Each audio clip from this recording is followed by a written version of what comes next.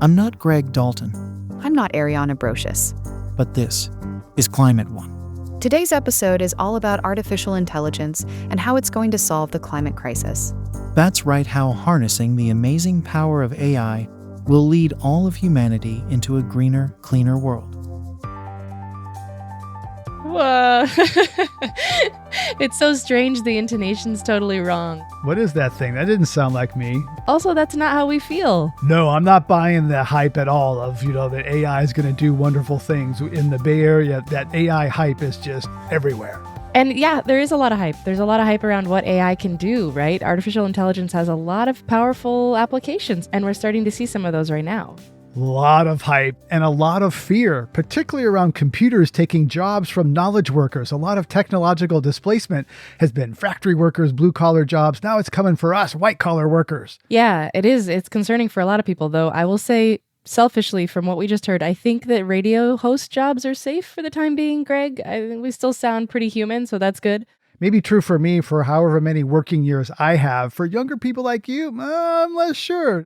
My bigger worries are around AI's impacts on the climate. No, I do care about your career. Thanks, Greg. Yeah, there are climate impacts and they cut both ways. And as we'll hear on the show today, AI can help optimize the electric grid, make heating and cooling buildings more efficient, and do really cool things like detect where emissions are coming from. And it's able to complete these assessments in a fraction of the time it would take for a normal human. Like most things in life, there are trade-offs. The energy use of AI is massive and growing. A recent study estimates that in just a few years, the extra energy need will equal whole countries the size of Sweden or Argentina. That's unbelievable. That is a lot of power. I'm personally terrified that AI's insatiable power demand will more than outweigh any societal benefits. And that's the central question of today's episode. How do we weigh AI's environmental costs versus benefits? And it's a complex topic we'll do our best to unpack for you today. So we're going to start with the fact that not all AI is created equal. There are different kinds of AI tailored for different goals.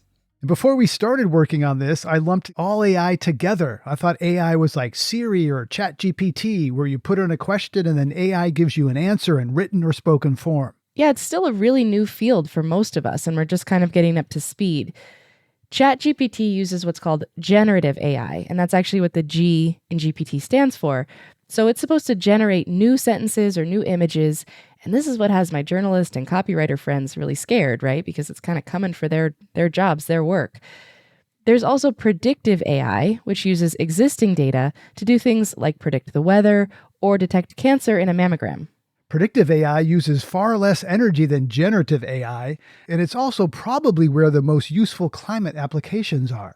Right, you can think about the climate applications of better knowing the weather, right? That's going to be increasingly useful in the years ahead. So this balance of whether AI will be good or bad for the climate will probably depend on what kind of AI we're talking about and how it's being used. To help us get a better idea of the overall AI picture, we want to start today's episode with Karen Howe. She's a contributing writer for The Atlantic who also has an engineering degree from MIT. These days, her writing focuses on the intersection of AI and society, and her reporting has taken her deep into the heart of artificial intelligence, including to the huge computing facilities that make it run.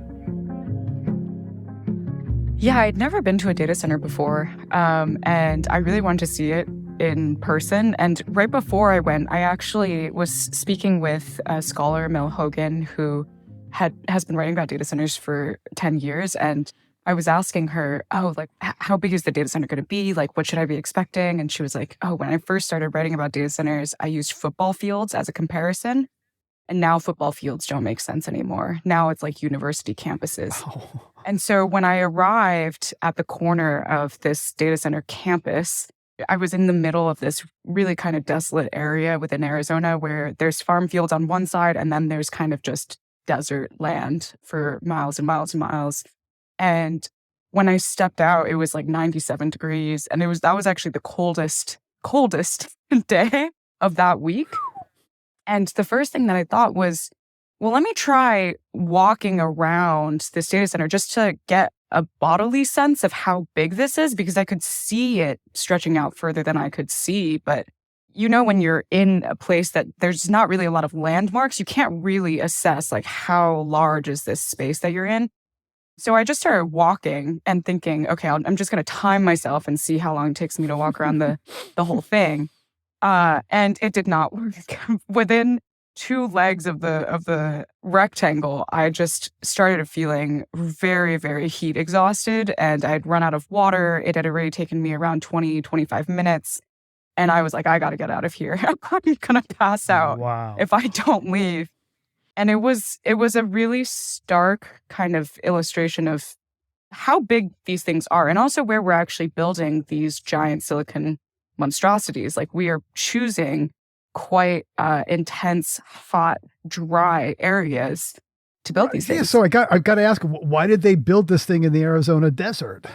So Arizona's actually become a really popular place for data centers, and part of the reason is because of its proximity to California. It also has cheap land.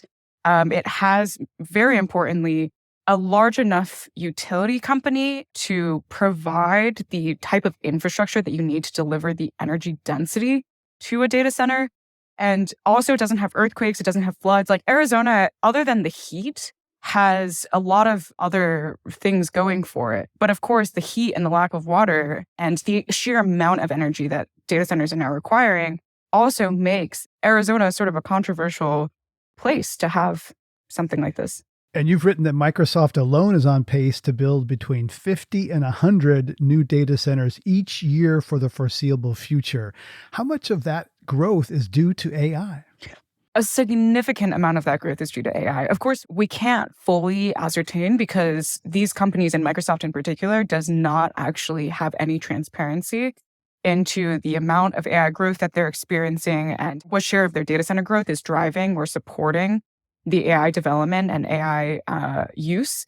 But you can just see kind of from the historical patterns for Microsoft that once they made this all-encompassing commitment to support OpenAI, which is the main driver of the AI revolution right now, the amount that Microsoft has been spending on data centers has dramatically increased. So they're spending around $10 billion a quarter now. So AI is not just one thing, yet people talk about it as it is. How do you define the main categories of AI? Yeah, this is a great point. AI is many different technologies. And right now we're seeing this huge wave of what we're calling generative AI technologies. And that generative AI, you could boil it down to the idea that it's just taking a lot of our data to train models that generate more data like that. So it's taking our writing to generate more writing. It's taking our images to generate more images. But before that, there were what we now call predictive AI technologies, which is just taking our data to then make predictions about the world. So it might take our images to make a prediction about what is in another image, or what people may have heard of before is things like cancer detection systems or facial recognition systems. These are all of the category of predictive AI, where you're just trying to identify and classify something in the world. And is there a meaningful difference in energy consumption between generative and predictive AI? The way that AI is being developed has completely changed. So before, when you're talking about predictive AI, you start with a problem, like I want to detect cancer in this MRI scan. And then you collect data that's very well scoped to solve that particular problem. You train an AI model to do that specific thing, and you measure it on a benchmark that is to measure that performance. So you will ultimately do all the work, and then you might develop an AI system that can do 99% accuracy on identifying breast cancer in an MRI scan, for example. And because it is like very narrowly and well scoped as a problem, the energy consumption is significantly less than what we're doing now. Now, with generative AI, when you try to teach a system to be able to generate any kind of writing or any kind of image, the sheer amount of data that you are feeding into these systems has already dramatically increased orders of magnitude. And we see stories about how these companies are running out of data on the internet to consume because of the sheer data imperative of these technologies. And once you have that much data, you also have a far larger AI model. And that means the amount of energy that goes into training it and also running it after it's finished developing has dramatically increased multiple fold. And you said that Microsoft has been the primary vector for conflating the kind of AI that can be good for climate solutions, like optimizing the grid, maybe predicting weather, with the type of AI that, like ChatGPT, is the greater villain when it comes to energy use, as you've just been describing. What do you think about Microsoft conflating the different types of, sort of good AI and energy bad AI? Yeah, I think what Microsoft has done that's quite clever, I guess you could say, is they talk about AI as though it's one thing, and they'll go to these forums like the World Economic Forum or COP, and they'll say it is critical to accelerate the advancement of AI to combat climate change, to make sure that we attain sustainability. And if you go into the weeds, what they're talking about is there are many types of predictive AI technologies that are, in fact, great at optimizing the grid to make sure that as more electric vehicles plug into the grid, you actually can distribute the power in a way that doesn't affect the grid resilience too much. Or they're talking about optimizing the energy consumption of a building to make sure that it drops by 40 or even 60%. But when they say accelerating the advancement of AI, what people register in the public is they think that they're talking about something like ChatGPT, because that is what Microsoft is supporting the development of right now. And so they think, oh, we need more ChatGPTs, we need more generative AI, we really need to double down on this in order to solve climate change. They are not talking about the same thing. They're talking about a fundamentally different category of AI technologies that might be helpful. And they're using that as a cover to then allow or excuse the kind of investments that they are pumping into a much more energy consumptive version of AI.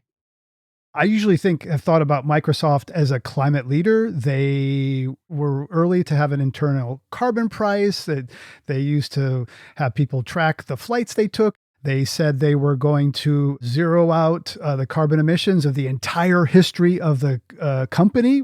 I think Microsoft's been a pretty legit climate leader. Is the pursuit of AI putting that at risk? That is absolutely what I heard from Microsoft employees, both current and former. There are a lot of employees that are very deeply concerned from what they're seeing within the company.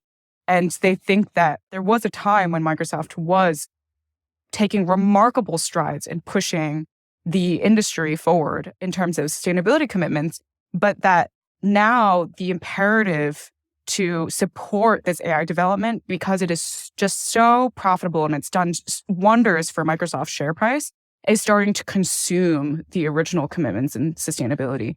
Right. And you also quote Sam Altman, who said at Davos that, quote, "We still don't appreciate the energy needs of this technology," end quote. And he then goes on to seem to suggest that we need an energy breakthrough such as fusion. So we're building these things that are going to need this energy supply that doesn't yet exist. We're creating these, I'm just getting all worked up here talking with you about how we're creating these beasts and the implications of what's being created, and how it seemed to be that the seduction of AI and the profits is taking Microsoft off course of its sustainability commitments. And not just Microsoft. I think the entire tech industry, Google, Amazon, all of these companies also made sustainability commitments at one point. And that also did wonders for their share price. They were rewarded for that in financial markets for making these really strong commitments. And they were rewarded in their brand for making these strong commitments. And now all of them are in this race to the bottom to basically lay down as many data centers as they can to support a technology, a version of AI, generative AI, that still has not fully demonstrated clear value to people, proportional to the amount of resources that it uses. Right. Well, we have lots of hype cycles from Silicon Valley that don't pan out the way the tech bros promise. So do you ever get angry reporting on this? I mean, recently there was this article from The Information scooping the fact that Microsoft is sketching out plans to build a data center that would cost $100 billion, just a single data center that would cost $100 billion. And it would be the most expensive and the largest and the most powerful data center that has ever been built in the history of humanity.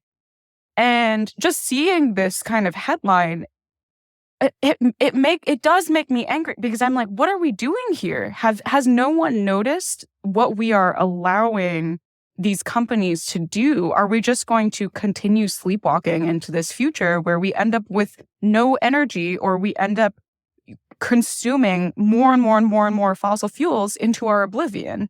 And whenever I get angry, my husband's always like, take that energy, convert it, and write it into your next story. Like, keep doing what you're doing. And that's what keeps me motivated. But it can be kind of disheartening and demoralizing, because sometimes I'm writing these stories and I'm like, is anyone paying attention to like, we are in a massive planetary crisis right now, and yet we're still just talking about, ooh, like $100 billion data center. Wow, so powerful, so cool. Like, what, where, yeah, it's like really unfathomable to me. So not all flavors of AI are the same. Generative AI like ChatGPT uses a lot more energy than predictive AI, which is trying to answer more specific questions with smaller sets of data.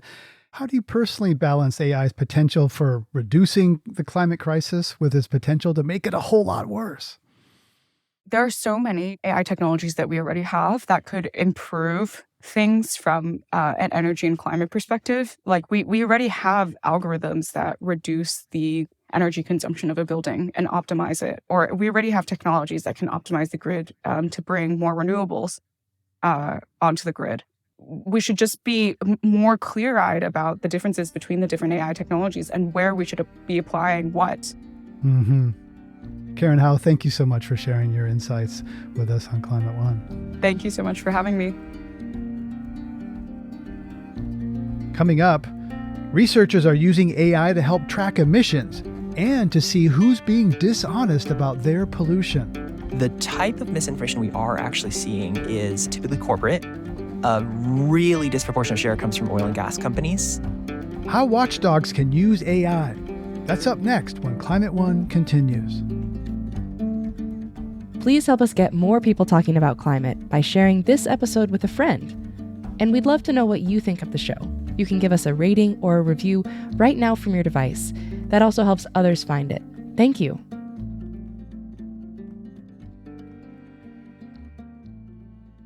Hey, Climate One fans, we have some exciting news. We are now on Patreon. That means that you, as a subscriber, can get access to Climate One episodes free of ads interrupting your listening experience. For just $5 a month, your Patreon membership also gets you access to our Climate One Discord channel, where you can discuss the episode with other Climate One fans and begin to build your own climate community. Best of all, your support makes future Climate One episodes possible. Join us today at patreon.com/climateone.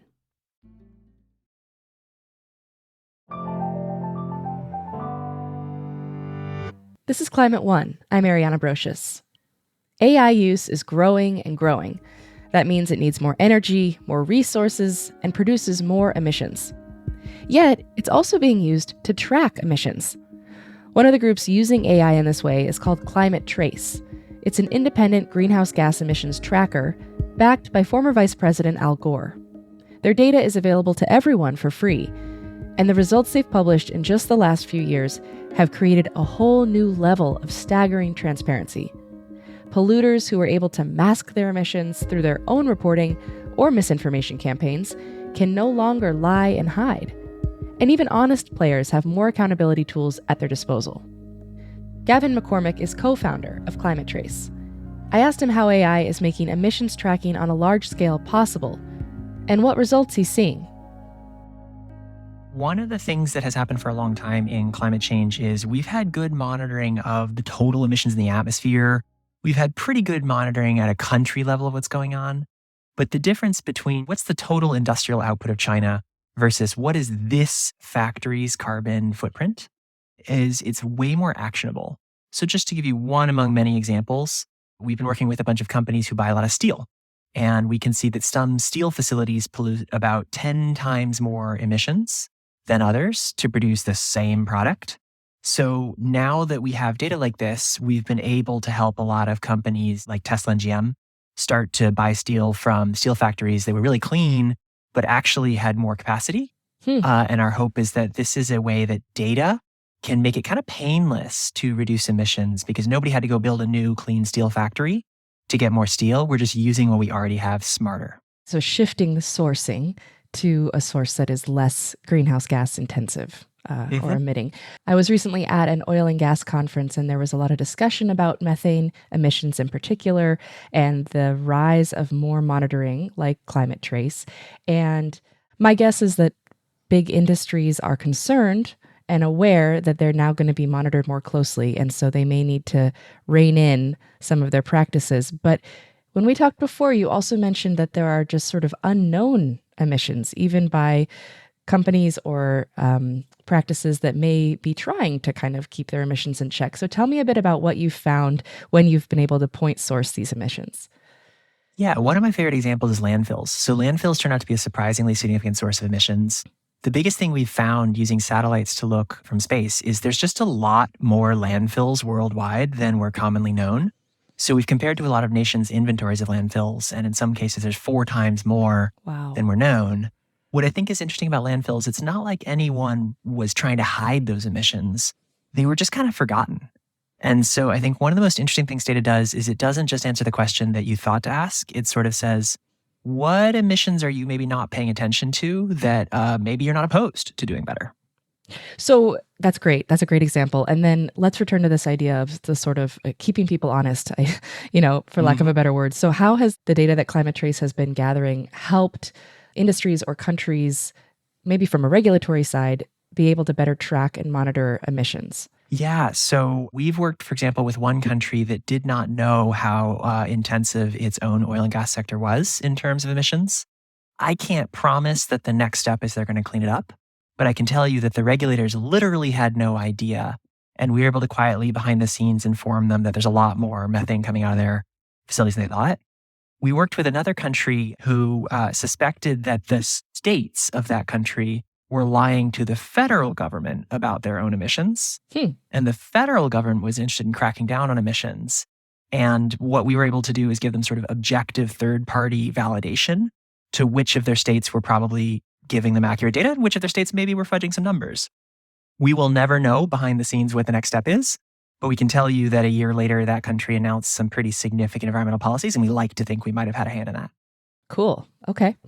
So landfills, as you were talking about, are a huge source of methane. Another big source is feedlots and dairies, particularly here in the US. There's a lot. When we look at the country like the US and these sources, are there any kind of national inventories of emissions data for those industries that this is complementing, checking, and so forth? Yeah, it's a mix. So we've really seen different countries are in different places. So for example, for factory farms, the country worldwide that does it best is Uruguay. They have a really, really good inventory of every cow in the country. A country that does it really badly is the United States, where for political reasons, there's been a lot of pressure to actually forbid the federal government from keeping a detailed inventory of factory farms and their emissions. That's fairly complicated. But the United States actually is quite good at monitoring transparently power plants, which other countries don't do very well. And we see patterns like that all the time. So you're saying, just to underscore this, that the U.S. prohibits the collection of emissions data from factory farms, from large dairies and feedlots. Yep. The EPA is not allowed to have a list, and that is clearly not a scientific, that is clearly a political decision. Yeah, interesting. Okay. So this episode is about the role of artificial intelligence. Climate Trace went from publishing data about thousands of emitters to 350 million emitters in just over a year. How did AI enable that? So AI, and really all software is like this, but AI is a good example, really has this property where it can take a long time to make a model, but then running that model many, many times is actually quite easy. So it took us more years to set up the ability to monitor a facility from space than it took us to go towards more than half of global facilities. And we're hoping this year to more or less finish the job.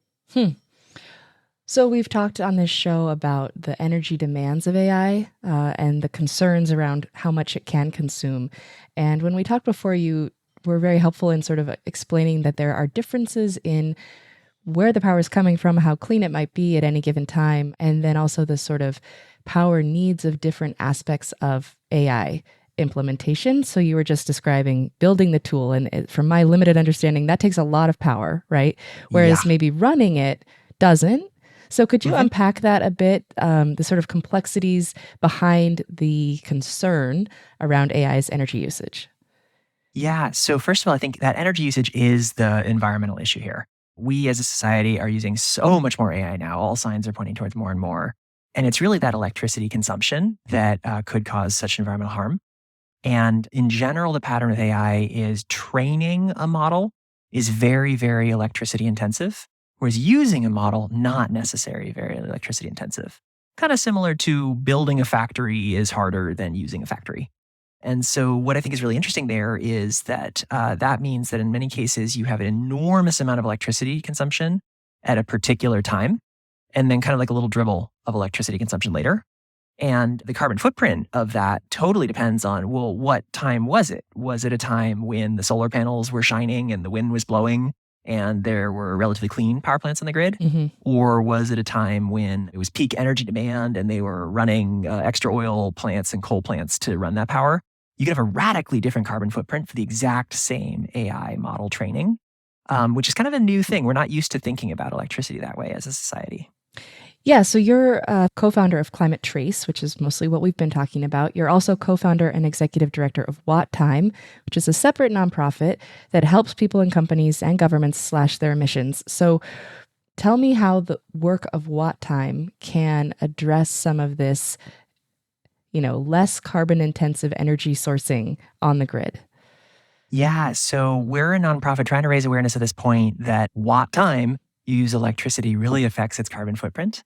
And so a great example of that is if you have data on, well, when was the wind blowing? When was the sun shining? What is the moment that they were throwing away surplus renewable energy because nobody was using it? And if you train your AI models at that time, so much cleaner than running the exact same model at another time. And it's actually the same way that you reduce the carbon footprint of charging an electric vehicle, charging a battery, running a thermostat. But what's particularly interesting about AI is so much of the electricity consumption happens in a really short time. And you can even do crazy things, like you could even choose to train a model in a different location. So we're also working with companies like Microsoft to say, hey, if it's a really clean grid in France right now and a really dirty grid in Germany right now, maybe you want to run that compute job in France today. And that's a very different way of thinking about energy than we're used to. This sort of gets at this like meta idea of, AI being used to make AI better.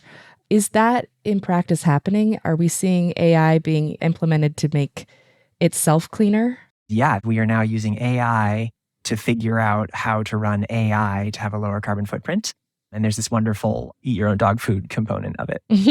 Yeah. As we know, there's been commitments made by countries all around the world to reduce their emissions by certain targets to hope to meet the Paris Accord goals of keeping global warming under 1.5 degrees. How are governments using Climate Trace's information so far? Yeah. The main thing that we've heard so far is it is difficult to affect the official system of country. There's often years of inertia in the ways that the books are kept. But a lot of what actually happens in the Paris Agreement is about reputation. So the Secretary General of the UN in particular has been very insistent that having an open, transparent data set like Climate Trace that makes it really clear which countries are lying about what really changes the politics in a hurry. One thing I'm delighted to share is that the outcome of that has been different than we expected. So we went into this thinking that we were going to find a bunch of liars and that there's going to be really awkward conversations at the next COP. That's really not what happened. So one of our biggest findings is that the vast majority of countries have been much more honest with each other than the climate negotiators themselves thought. And so oddly, the political implications have been a higher level of trust between countries trying to figure out whether they want to kind of like trust each other more and commit to deeper cuts, which is not the way we expected this project to go, but that's science.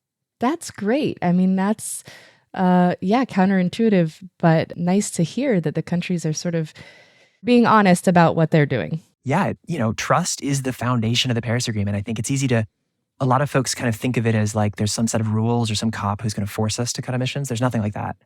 The only thing the UN has is reputation and trust. And it turns out if we have that, that really matters. Mm-hmm.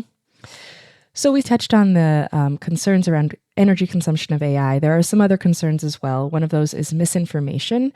So my brain goes to things that got a lot of attention, like videos that have been edited to make somebody sound different or to say something different than they actually did, or images that have been altered to misrepresent something. But when we're speaking about misinformation, particularly in the climate space that is aided by AI, what does that look like?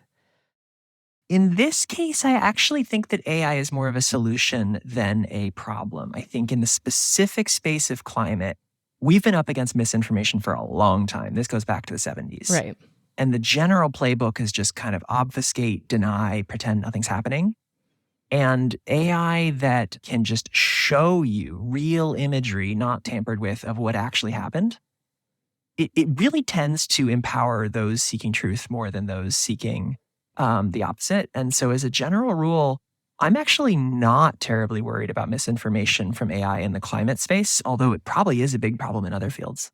So you feel that way because you think that the power of AI, it can validate truthful data? Yeah. And I think one of the things that is really interesting is the only place I am seeing some misinformation is as it gets harder and harder to deny the real world physical emissions, we're seeing more corporate shell games on saying, those emissions might be happening in the real world, but due to some funny accounting rule, they're not my fault. They're not my problem. Or I've offset them over here. I've offset them over here. My favorite new trick is one company is trying to cite data centers, the ones powering AI, near nuclear power plants or windmills because they argue that that makes them clean.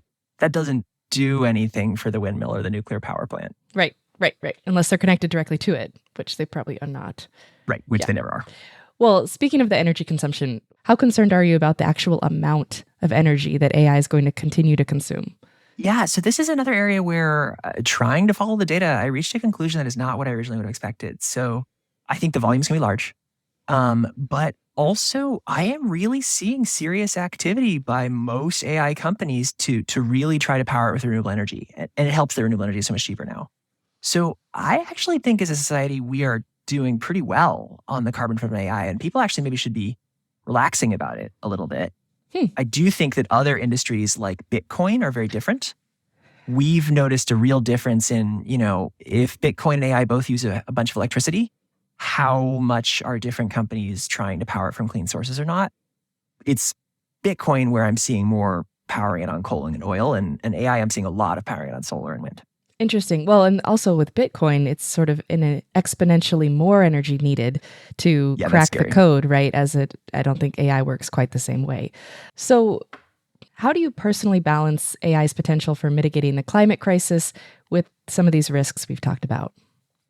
Yeah, so we actually just last week tried the exercise of counting our own carbon footprint. It turned out that we can measure about 50 million tons of emissions that we've reduced and something like 3 tons of emissions that our AI carbon footprint has caused. So it's not zero, but that ratio is pretty staggering. So we actually concluded that flying is a bigger source of carbon footprints for our team than all the AI compute we use. And I don't mean to say we shouldn't be cleaning up AI, but I do think that when you actually look at the numbers, particularly given how much of it is powered on clean energy, it's probably not as bad as you think. And then hopefully there's this potential for continued optimization of these other renewable energy systems that we want to actually improve the grid and emissions writ large, right?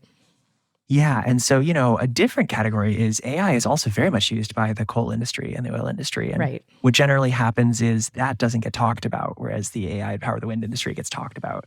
So I couldn't tell you how many extra tons of pollutions are we going to have because the oil industry has better technology now.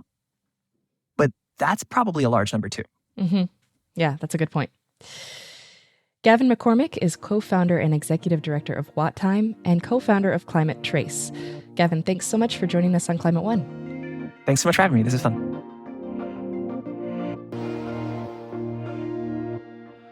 You're listening to a Climate One conversation about the climate implications of artificial intelligence. Coming up, we know that burning fossil fuels continues to amplify fires, floods, and droughts. Can AI help protect us? A lot of these extreme weather events are changing. And I think AI can be used to help us improve our prediction and understanding of these events and be able to weather them better. We'll be right back.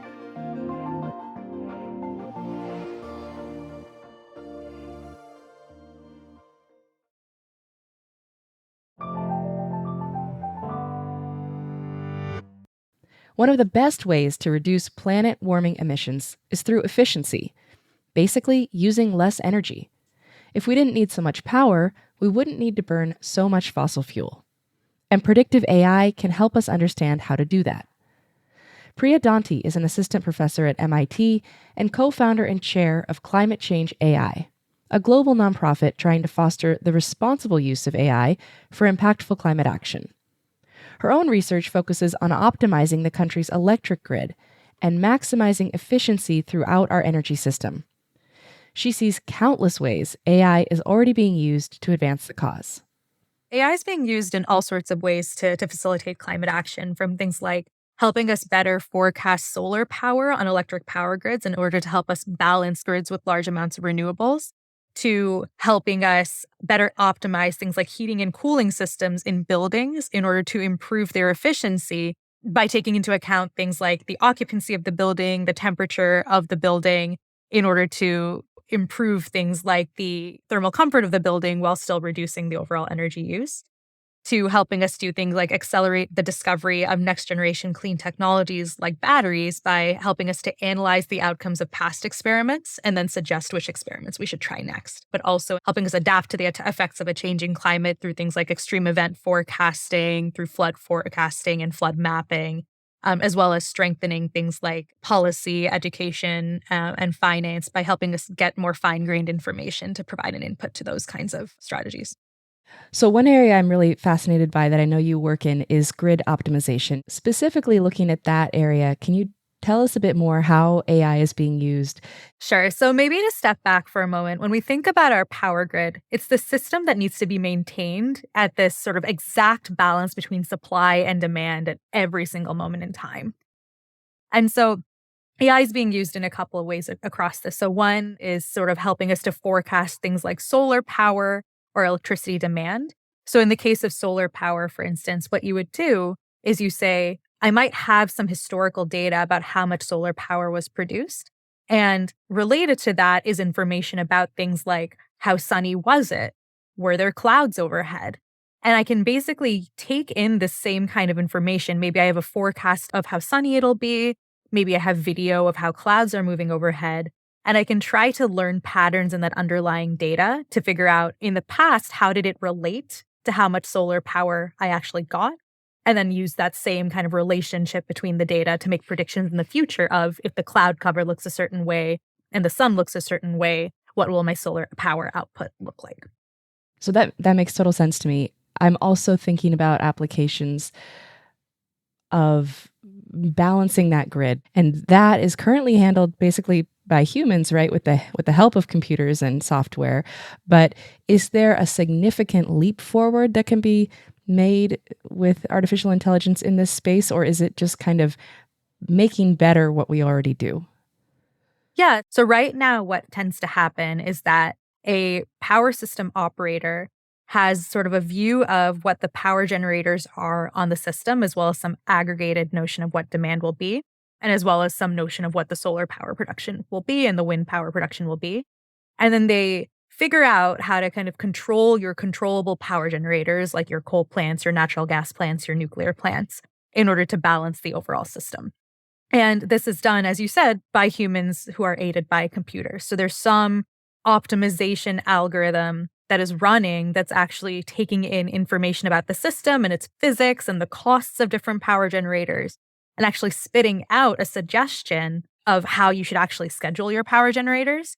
And then that might be modified by humans based on knowledge they may have that's not in the system, or based on considerations like, okay, I'm the person who's in charge of thinking about how we schedule power generators 24 hours ahead. There's a different person at a different desk who thinks about 1 hour ahead. And so you need to coordinate with each other.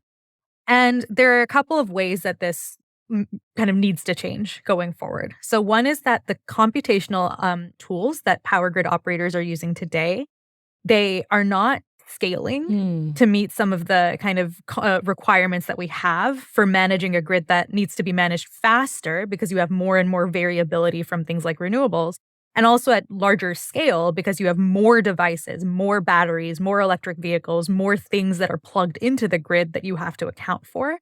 And there are ways that AI and machine learning can help to speed up some of the algorithms behind some of those computational tools in order to enable them to run faster and deal with a larger scale system. So there's a lot of discussion right now about AI. It's kind of viewed as this next big thing. There's excitement. There's also a lot of trepidation around how much energy it uses or can use. And I'm wondering how much you personally worry about the energy demands of AI.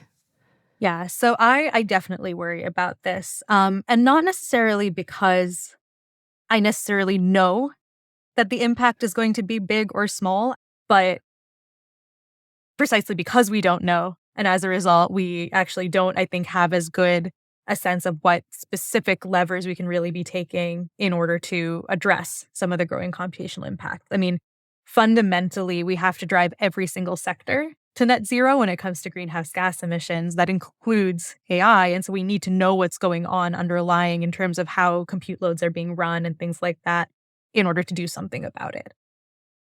Another aspect of the potential downsides of AI revolve around its use in misinformation, particularly in the climate space. And I'm curious what your thoughts are there and if you've seen any positive developments in maybe limiting the spread of AI-generated climate misinformation. Yeah, climate misinformation is something that I, again, really do worry about. I mean, climate misinformation and sort of misinformation in general, its effects on how we relate to each other, how we relate to facts, and that the broader implications of that for not just climate action, but many other kind of aspects across society. So I think this is another example of a place where you have an algorithm that's embedded in some broader context. So for example, often social media platforms are optimizing for clicks or engagement, and incendiary content tends to be more engaging in various ways. And so the algorithms underlying learn that it's like, okay, you're optimizing for engagement. So what is more engaging? And you kind of tend to trend towards more incendiary or potentially false content. And so that's, I think, really concerning, but something that sort of, in theory, a change in the thing you're optimizing for can help with.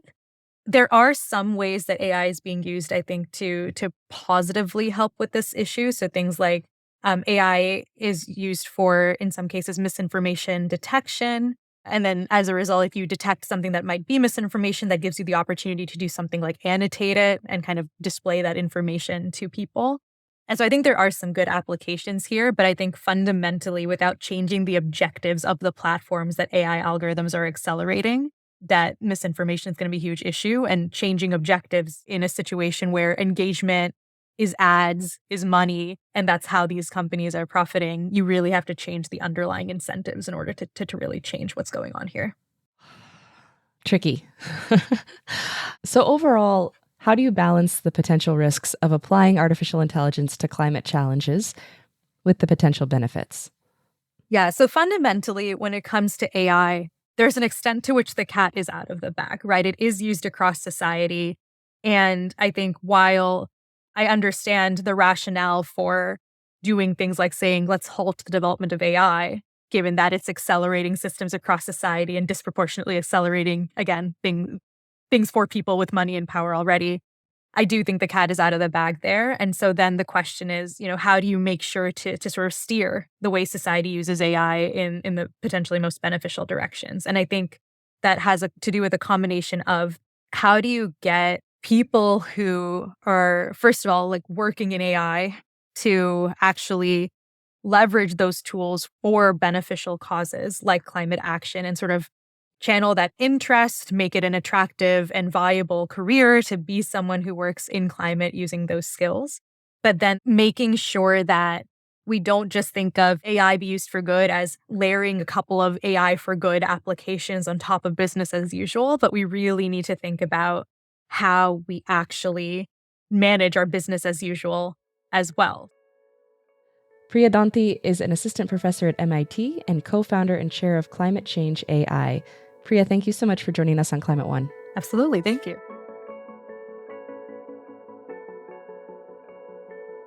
We know that weather is becoming more and more extreme as the planet heats up. That extreme weather has a real human cost, especially in poorer areas, places that don't have the resources to protect themselves from the worst of the damage. What if AI could help make weather predictions more accurate and make them sooner? That's what I wanted to talk about with Amy McGovern. She's a professor of both computer science and meteorology at the University of Oklahoma.